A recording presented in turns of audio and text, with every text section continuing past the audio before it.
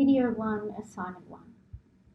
Let's take a look back at Assignment 1 and what you're required to do to complete this assignment successfully. And what you'll be doing in this assignment is essentially developing some audience personas for the brand Kmart. I won't go through the brief in detail, but I do want to focus on a couple of points that students have contacted me about for clarity as you go through identifying your personas and also mapping their journeys. So the first point I want to raise is that to do this successfully, to really understand Kmart's target audience and then come up with your personas, is to understand Kmart as a brand. And most of you should already be customers of Kmart. If you're not, I'm sure you know people that do. So it could be worthwhile chatting to people that you know shop with Kmart, perhaps people of various age groups, to understand what the experience is like for them.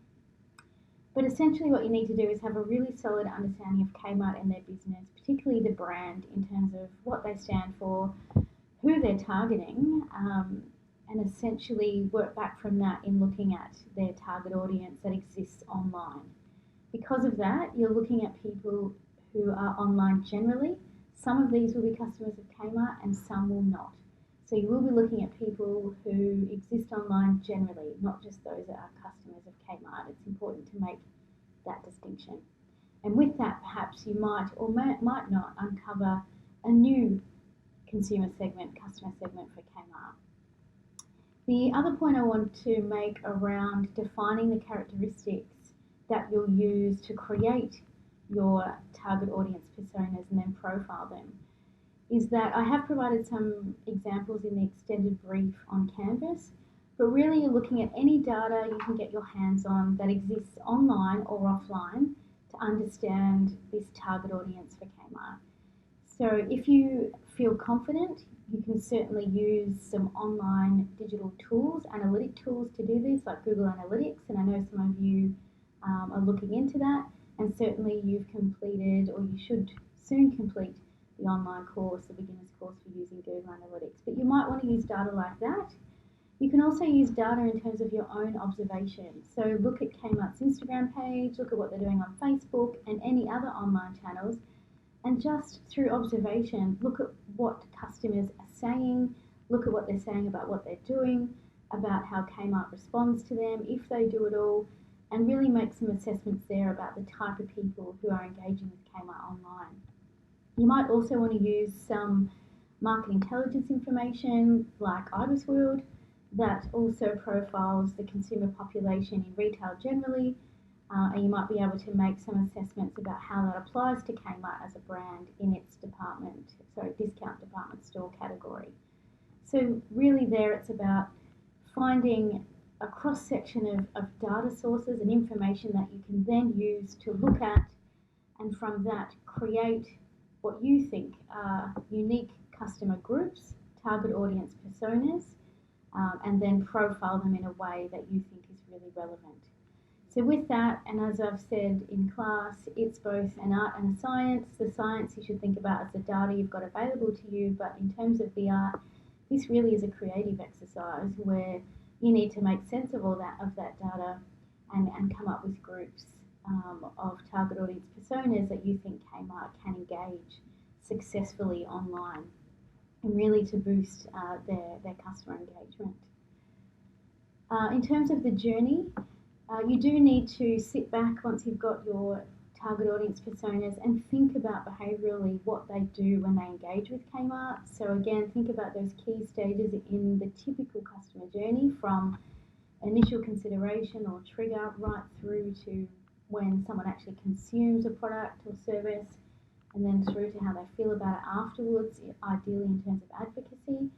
And think about what people do behaviourally throughout that journey. Once you've done that, you need to also think about psychologically, what are people thinking, and emotionally, what are people doing, to really give, I guess, Kmart in this instance, a good profile of what customers are thinking, feeling and doing along the journey to engaging with them as a brand.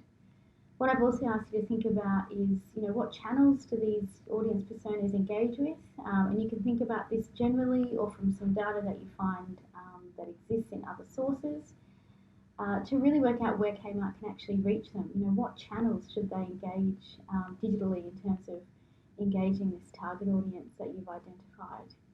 And from that, naturally will fall out some recommendations that you've got for Kmart in terms of these audience personas and really what opportunity exists for Kmart in reaching consumers along that journey from initial consideration through to advocacy with Kmart as a brand.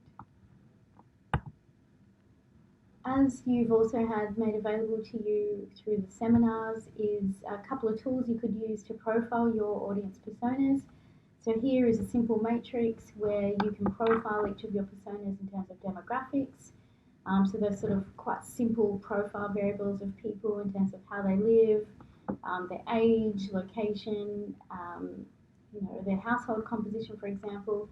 But then you also need to think beyond demographics about their needs and motivations and perhaps inherent beliefs that they hold as people. And then also their behaviour. So what are they doing generally, and then extrapolate this to Kmart when you're thinking about the journey. Here's another example that I've given you to use to profile your journeys for your audience personas, where basically for each persona you need to map their unique journeys, and some of the stages will be unique to each persona and some will be common. Don't feel like you have to have a completely unique journey for each persona. But then you need to think about, again, psychologically, what are consumers' goals as they progress through this journey? What are they thinking? What are they feeling? And again, what are those channels that they're engaging with as they progress through their journey? Content is not so much a focus for this assignment, but as you've learned through content marketing, we also need to know how to reach them in terms of the information we're putting in front of them. So if you can think about that, that's great, but it's not essential to complete this assignment. Best of luck with completing assignment 1. Video 2, week 5 lecture.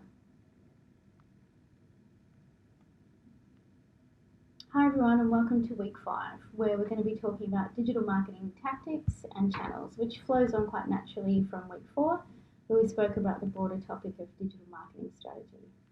In this session and in this video, we're going to briefly talk about 3 key areas. So first of all, what's the distinction between digital marketing strategy and tactics? What's happening in terms of digital marketing channels, what's available, and also digital marketing channel trends. Let's have a think back to week 4 in terms of what we learned about digital marketing strategy. And we did talk about, I guess, a broad common definition of what digital marketing strategy is. And within that, we can see the 2 elements we're focusing on this week. So digital marketing tactics being the specific actions that, I guess, underpin that overall strategy that work towards the goal that's set within the strategy. And we've got digital marketing channels, which are those online channels often called platforms that we're using within those specific tactics that are set out in the strategy. Also recall from last week that there are different forms of media that generally are invested in or part of the strategy within